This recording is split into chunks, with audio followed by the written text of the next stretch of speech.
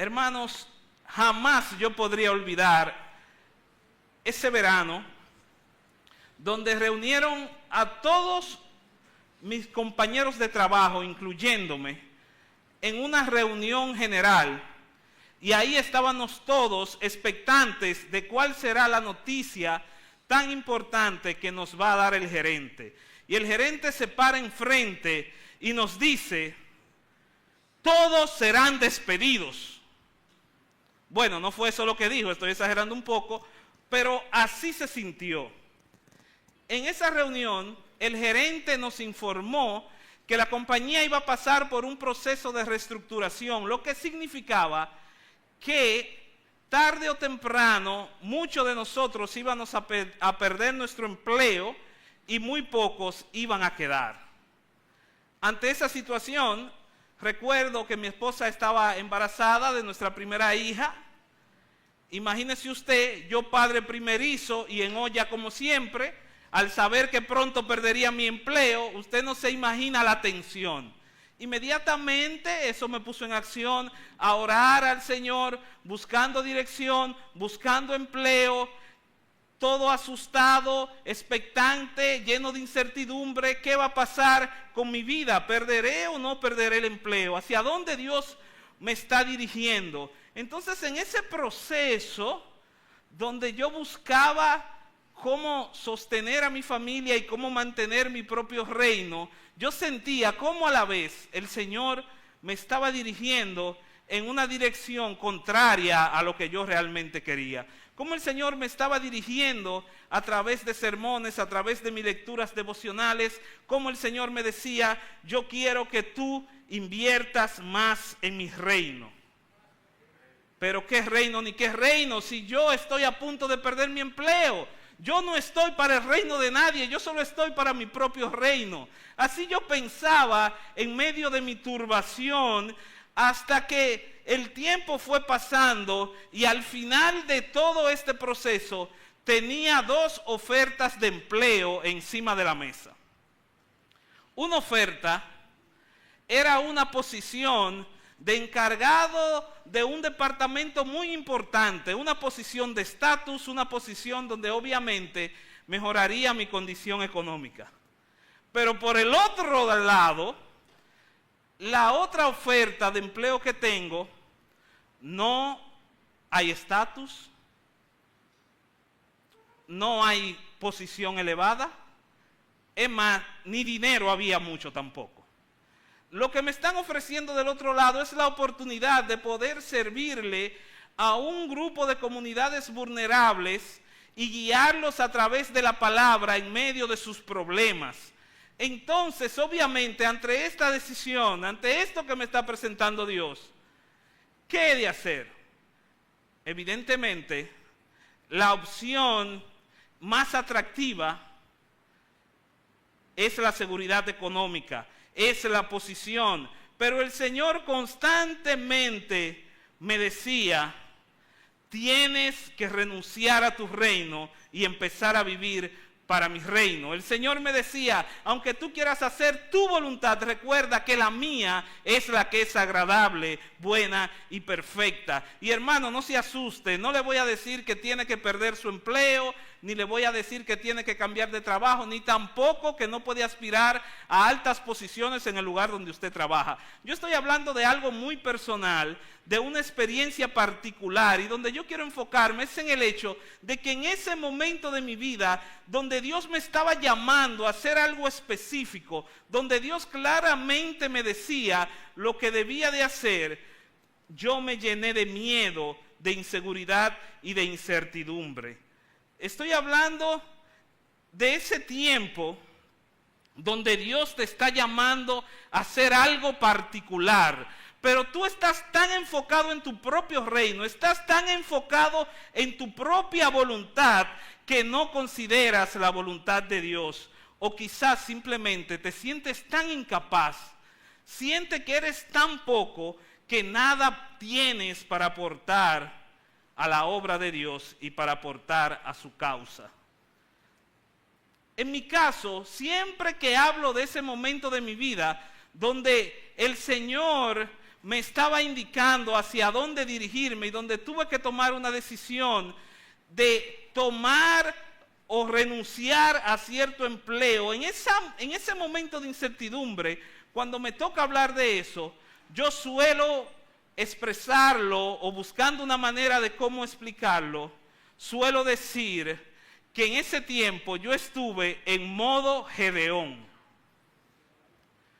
¿Qué es el modo Gedeón? Cuando hablo del modo Gedeón, me refiero a la manera dudosa e insegura de cómo respondemos muchas veces a la voluntad de Dios. Cuando hablo de modo Gedeón, me refiero a cómo comúnmente reaccionamos a las incertidumbres en tiempos de crisis. Cuando hablo del modo Gedeón, es cuando pensamos que somos incapaces de hacer algo en favor del reino y nos llenamos de miedo, de dudas y de excusas. El modo Gedeón es cuando le respondes a Dios como le respondió un hombre a Dios en el capítulo 6 del libro de Jueces, donde yo quiero que usted me acompañe. Hoy vamos a hablar de este personaje o persona que aparece en la Biblia llamada Gedeón, donde en su capítulo 6 del libro de Jueces encontramos el llamado de Dios para este hombre y cuáles fueron sus respuestas. Hoy vamos a aprender cómo reaccionar ante la incertidumbre en los momentos que el Señor nos llama. Aunque vamos a ver varios versículos del capítulo 6 del libro de Jueces, quisiera a modo de introducción leer solamente los versículos del 13 al 14 y luego el 23. La palabra de Dios nos dice así y la leemos en su nombre. ¿Todos están conmigo? Libro de Jueces, capítulo 6, versículo 13. Dice así la palabra de Dios en su nombre. Y Gedeón le respondió a Dios: ah, Señor mío, si Jehová está con nosotros, ¿por qué nos ha sobrevenido todo esto? ¿Dónde están todas tus maravillas que nuestros padres nos han contado diciendo: ¿no nos sacó Jehová de la tierra de Egipto?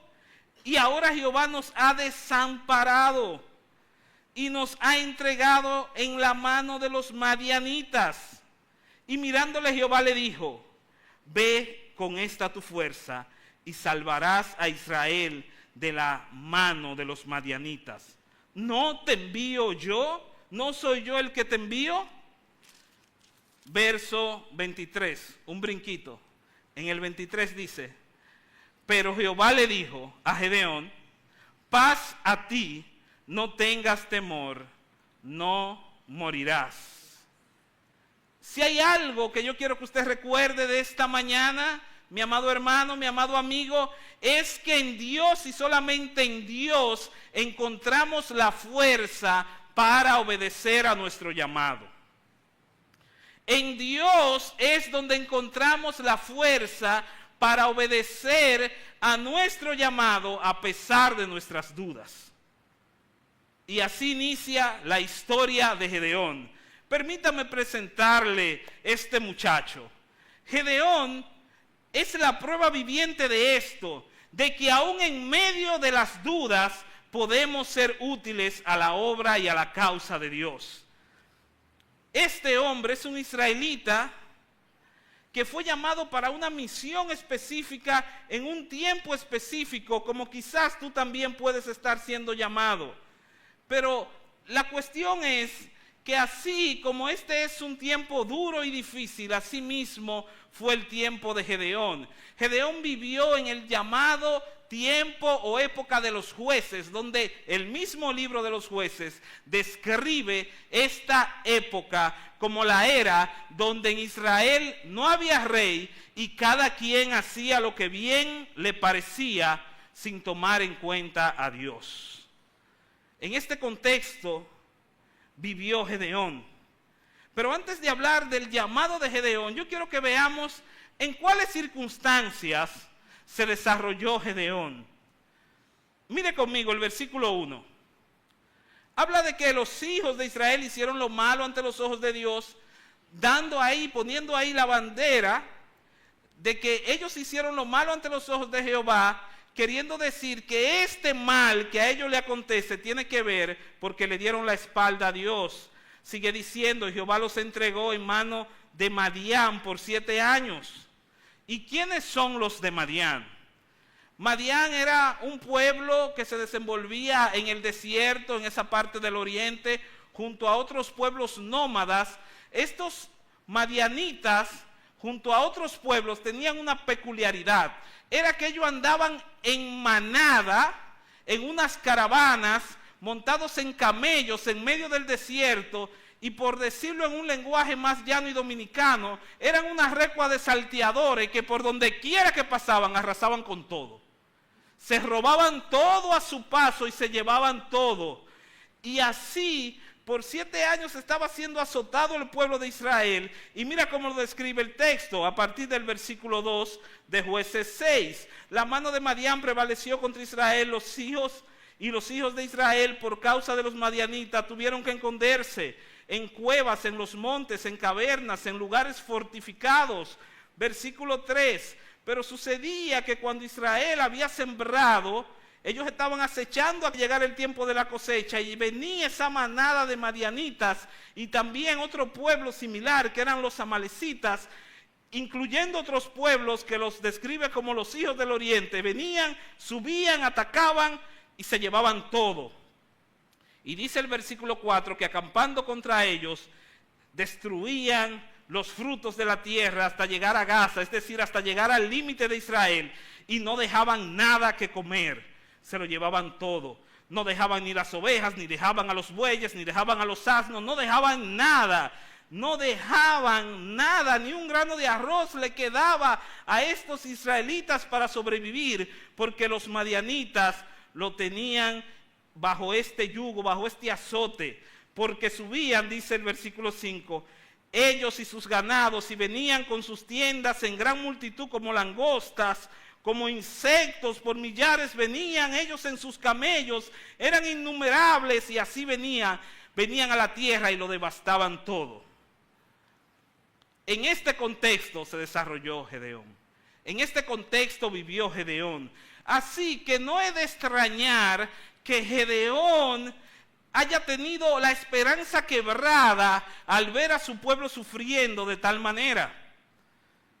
Y obviamente esto los empobrecía. Mira el versículo 6.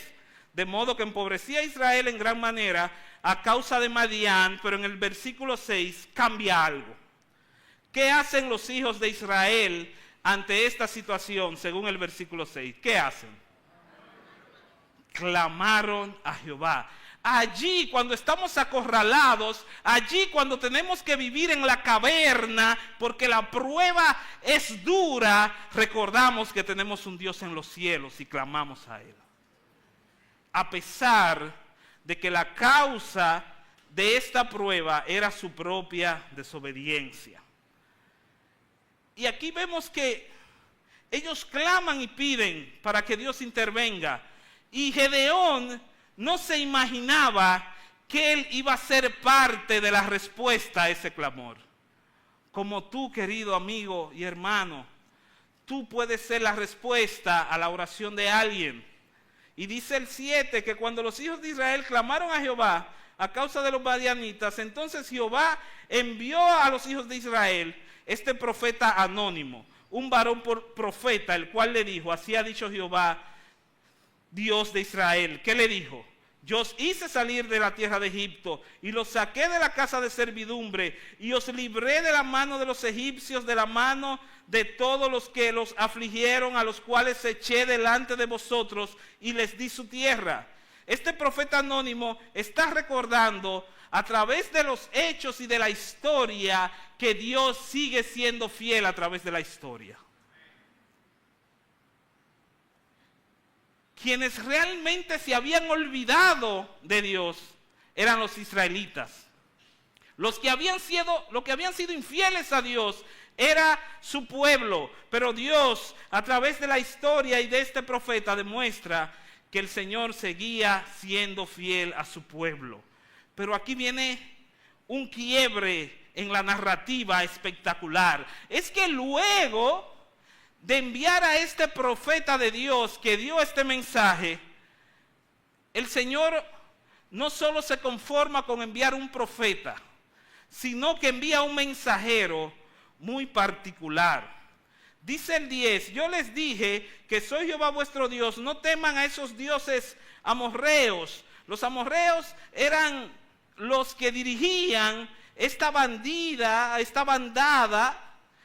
de estos pueblos en el desierto, y ellos servían a los dioses de la agricultura.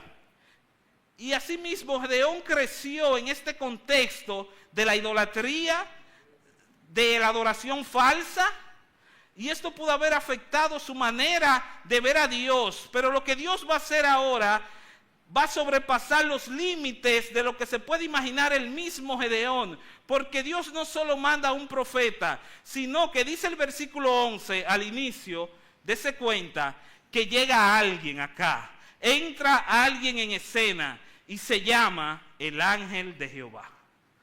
El ángel de Jehová. ¿Y quién es este ángel de Jehová que llega acá? Para muchos autores este es un personaje enigmático, porque aunque se presenta como un ángel, tiene todas las características de Dios. Y lo tratan como Dios, y le hablan como Dios, y él habla como Dios. Por eso es que los autores llaman a este tipo de escena una teofanía, que significa una representación física del mismo Dios. Hay otros autores que van más allá y dicen que si Dios, tanto Dios Padre como Dios Espíritu Santo se revelan en la Biblia de manera inmaterial, y el único que de la Trinidad que se ha revelado de manera física es nuestro Señor Jesucristo, muchos entienden que es probable que este sea el mismo Cristo que estuvo allí con Gedeón en la conversación que vamos a ver. De manera que no importa si usted lo ve como una teofanía o como una cristofanía, sabemos que para nosotros ahora, aquí y ahora, la única manera de nosotros encontrar fuerza en Dios y obedecer al llamado que Dios nos hace es acercándonos a Cristo.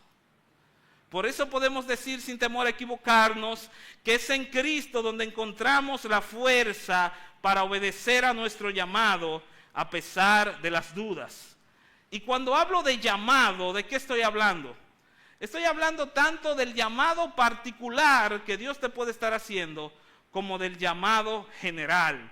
El llamado particular es algo especial y específico que Dios te lo está pidiendo a ti, no a los demás, a ti, como pasó con Gedeón. Dios lo llamó para liberar a este pueblo, como me pasó a mí. Dios me llamó a cambiar de empleo, pero eso es algo particular. Pero por otro lado hay un llamado general que tiene que ver con todo lo que Cristo nos manda a hacer como iglesia.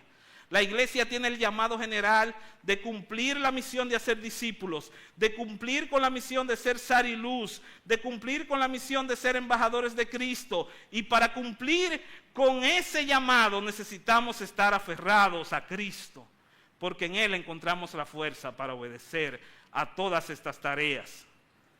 Quizás, amigo, hermano, tú no tengas que luchar con los madianitas para poder ganarte tu comida, como quizás tuvo que hacerlo Gedeón.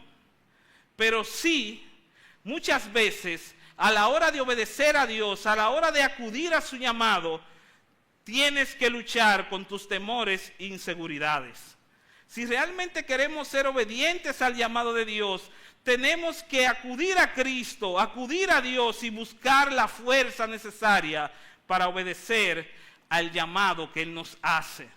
Y la pregunta al amado televidente es la siguiente: ¿cómo uso el poder de Cristo? ¿Cómo uso el poder de Dios para obedecer mi llamado? ¿Cómo aprendo de Gedeón y de su llamado para yo poder encontrar fuerzas y ser obediente a lo que Dios me está mandando, tanto de manera particular como de manera general?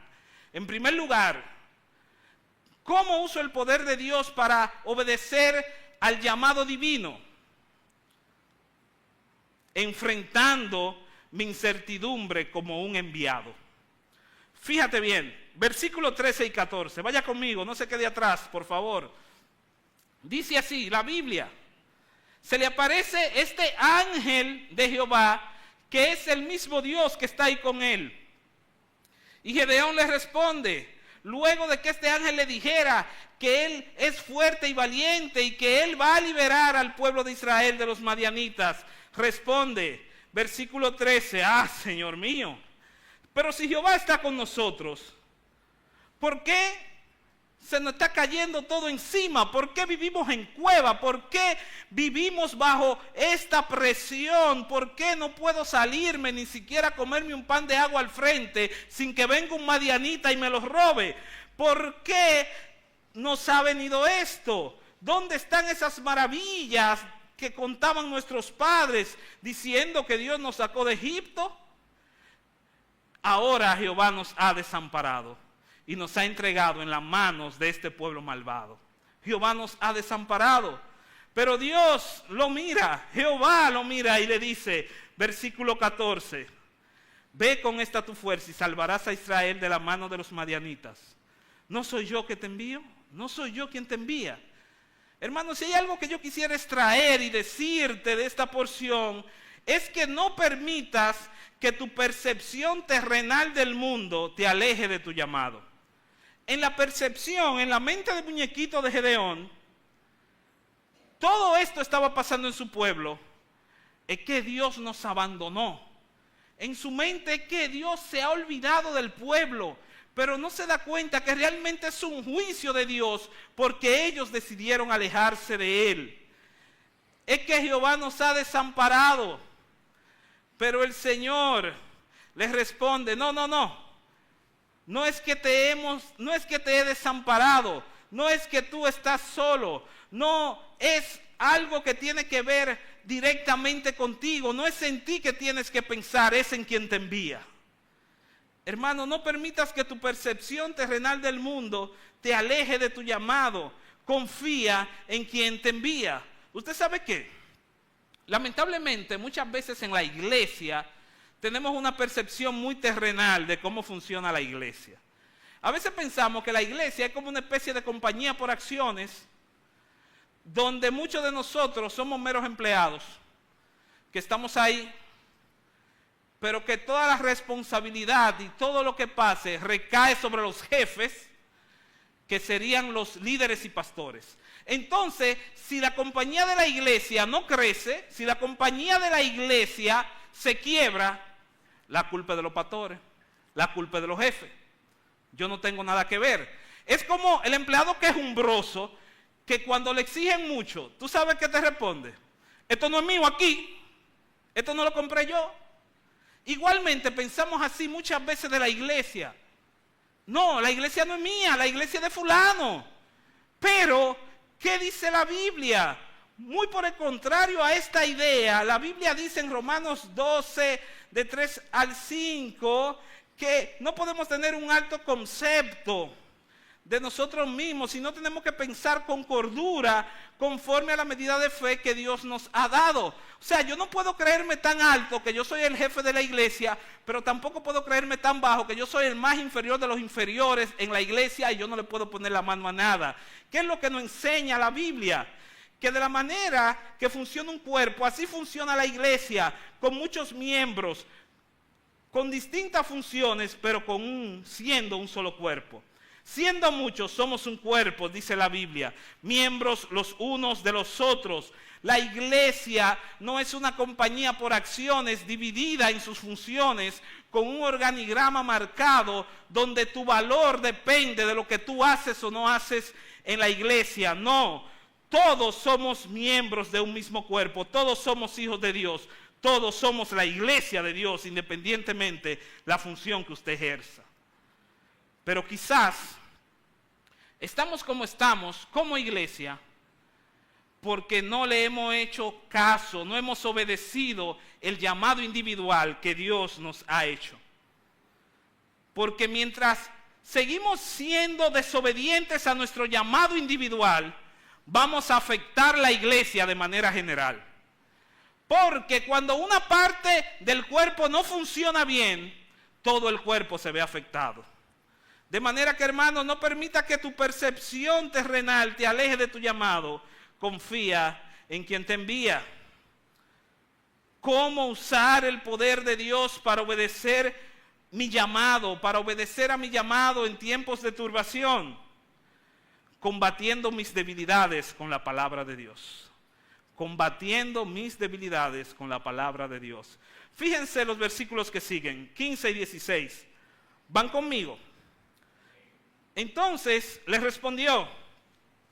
Aquí está otras de las respuestas de nuestro amigo Gedeón. Ah, Señor mío, con que soy yo soy el que voy a salvar a Israel. Mira, ¿cómo que yo voy a salvar a Israel si mi familia es pobre en Manasés y yo el menor de la casa de mi padre? Bueno, si fuera por pobre, imagínese usted. Soy el más pobre. Él se está refiriendo a que soy el más débil. Pero aunque mi familia es débil, de entre los de mi familia yo soy el más débil. Yo soy el más débil de los débiles. Le dice Gedeón a Dios. Pero ¿qué le dice Jehová? Versículo 16. Ciertamente yo estaré contigo, dice el Señor. Yo estaré contigo y derrotarás a los madianitas como a un solo hombre. Que yo quiero que tú uses para reformar el chip de cómo funciona la obra de Dios. Yo quiero que tú entiendas que tenemos que saber que ciertamente somos débiles, pero no podemos permitir que nuestras debilidades se conviertan en una excusa para no servir a Dios. No permitas que tus debilidades se conviertan en una excusa para servir a Dios. Confía en quien va contigo. Aquí vemos a un Gedeón como que se contagió del síndrome de Moisés cuando lo llamaron. Tenemos otra persona en la Biblia, ese gran personaje bíblico, Moisés. Yo sé que aún los amigos recuerdan o han escuchado a este Moisés que fue el gran líder de Israel. Pero este Moisés, cuando fue llamado, ¿saben cómo respondió a su llamado?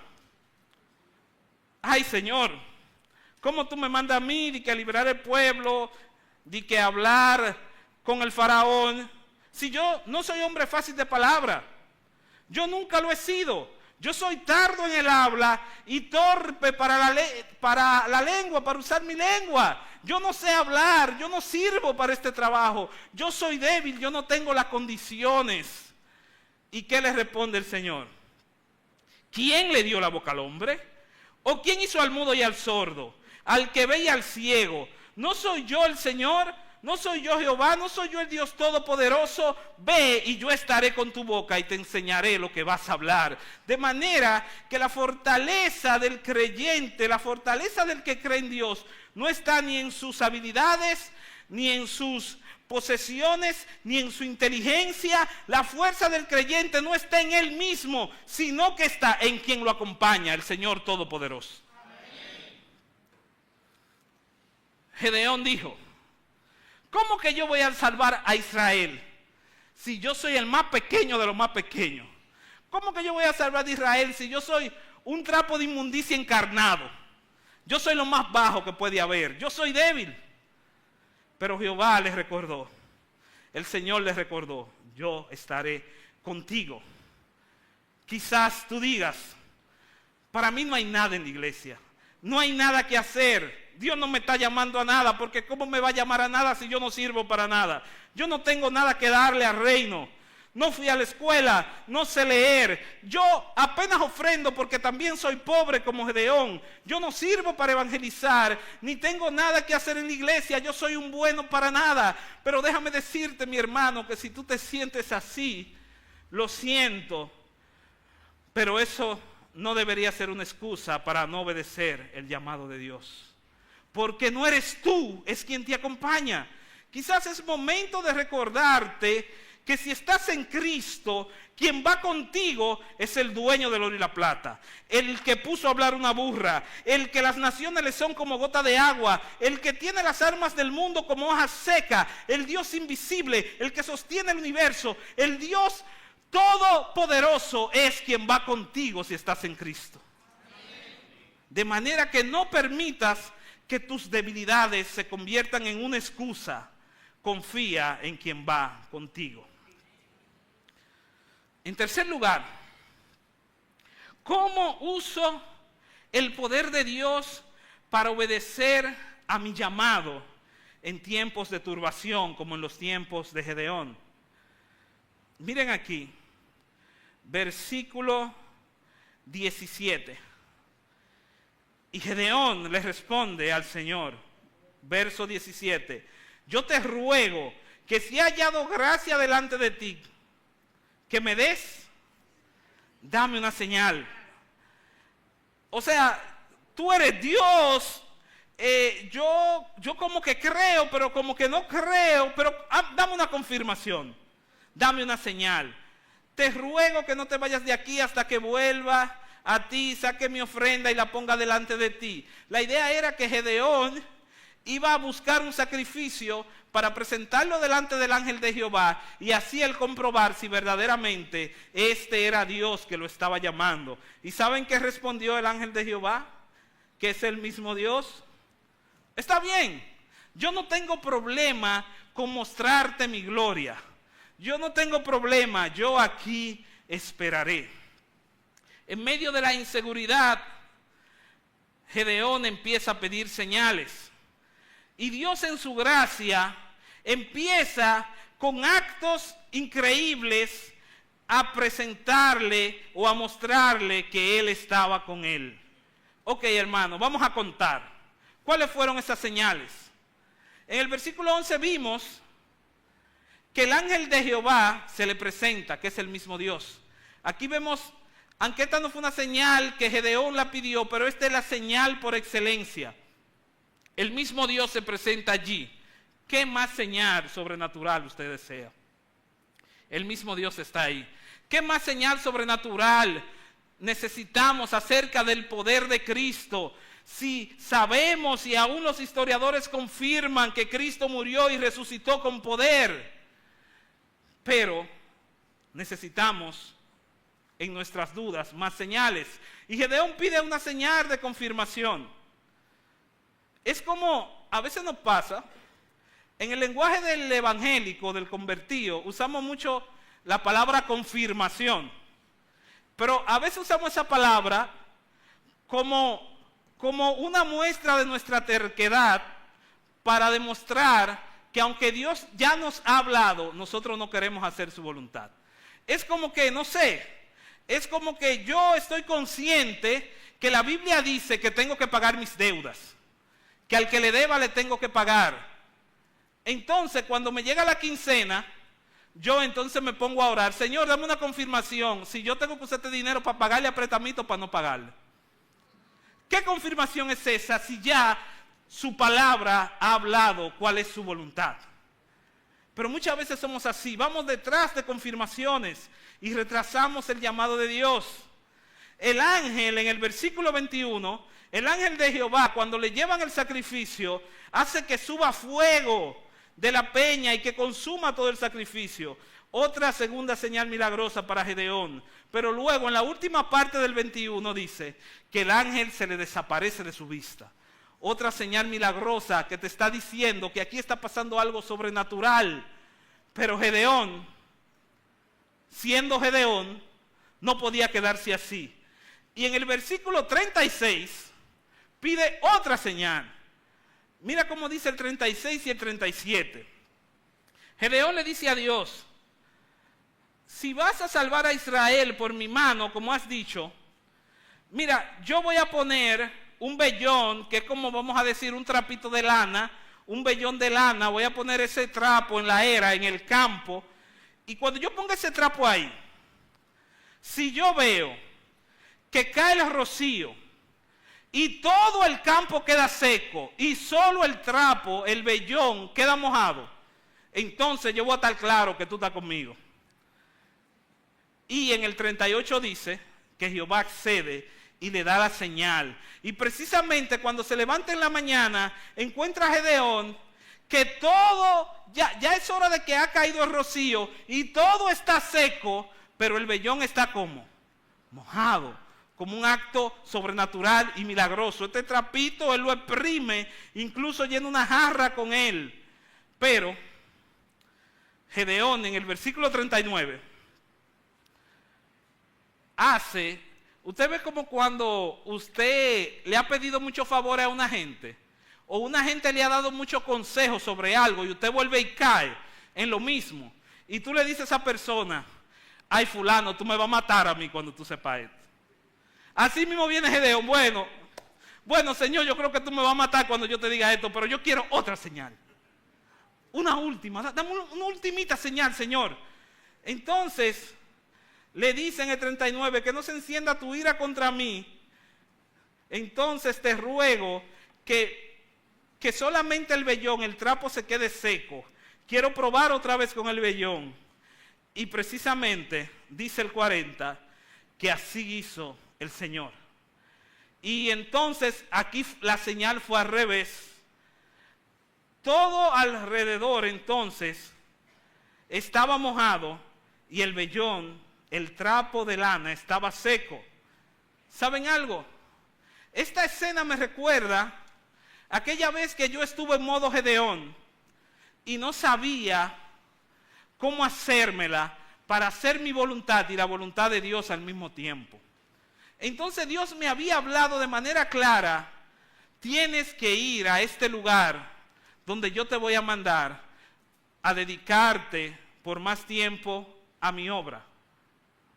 Hablo con mi esposa y le digo que por sermones, por reuniones, en mi lectura devocionales, por las 4 esquinas el Señor me tenía acorralado con la idea de que tenía que renunciar a mi manera de vivir y a vivir entregado más a la obra. Y eso iba a ser a través de este nuevo empleo. Mi esposa dijo, bueno, si es la voluntad de Dios, vamos para adelante. Yo me levanto temprano, tomo el celular y voy a mandar un mensaje donde le digo a esas personas que me hicieron la oferta, miren, yo voy a tomar su oferta y voy a renunciar a mi otro trabajo y voy a trabajar con ustedes porque Dios me está dirigiendo hacia ese lugar. Cuando medito en lo que voy a enviar, ¿saben qué yo hice? Adivinen, tal cual Gedeón cualquiera. Señor, dame otra señal. Una señal más, Señor, la última, mire, esta es la última. Entonces salí a trabajar y empiezo a abrir las oficinas y me encuentro con una amiga mía que es cristiana, pero por el lugar donde ella trabaja, por el departamento donde ella trabaja, como es completamente diferente al mío, teníamos muchísimos meses sin hablar. Y cuando ella me ve, me dice, wow, qué bueno que te veo, cuánto tiempo sin verte. Tú no sabes que yo me hice un sueño contigo anoche. Yo suspiré y dije, Dios quiera. Mira, yo me soñé que tú llegabas aquí y todo el mundo te felicitaba y te decía, gracias por tu nuevo empleo, felicidades, perdón, por tu nuevo empleo, felicidades por tu nuevo empleo. Dios va a estar contigo, todo va a salir bien. Yo me quedé frisado por algunos segundos, no sé cuánto. Y le dije, ella se llama Judy, Judy, tú no sabes lo que tú has hecho. ¿Cómo yo le digo que no a Dios ahora? ¿Cómo le digo que no a Dios ante este llamado tan claro? Hermanos, tú no tienes que esperar que alguien tenga un sueño. Esto fue una experiencia personal mía, pero para obedecer el llamado de Dios, tú solo tienes que ponerte en sus manos y estar dispuesto a obedecer su palabra. El Señor en su soberanía y en su gracia usa este tipo de señales para cabezones como Gedeón y como yo. Pero en medio de todo, Él te está hablando constantemente a través de su palabra. a través de los sermones que escuchas, a través de los líderes de tu iglesia, a través de las circunstancias, constantemente Dios te está hablando y te está llamando a hacer su obra. De manera que, hermano, no permitas que tus dudas prolonguen tu misión. No permita que tus dudas prolonguen tu misión. Confía en el Dios que actúa. Vemos en todo ese capítulo 6, a pesar de las dudas de Gedeón, a Dios actuando. Y ese Dios que actuó en tiempos de Gedeón es el mismo Dios que actúa en este tiempo. En último lugar, ¿cómo uso el poder de Dios para obedecer a mi llamado en tiempos de turbación? Hiriendo mi temor con adoración verdadera. Fíjense, versículos 25 y 26. Aconteció que la misma noche le dijo Jehová: toma un toro del hato de tu padre, del segundo toro de 7 años, el segundo toro de 7 años, y derriba el altar. Derriba el altar que tiene tu padre y corta también la imagen de acera. Estos eran dioses falsos. Derriba los altares de los dioses falsos. Edifica un altar para Dios. Otras versiones dicen como edifica el altar correcto, que es el altar de Dios. Entonces Gedeón procedió a obedecer este mandato. En una ocasión, este mismo testimonio, pero quizás un poco más detallado, que yo le estoy haciendo acerca de mí, yo se lo hice a un pastor.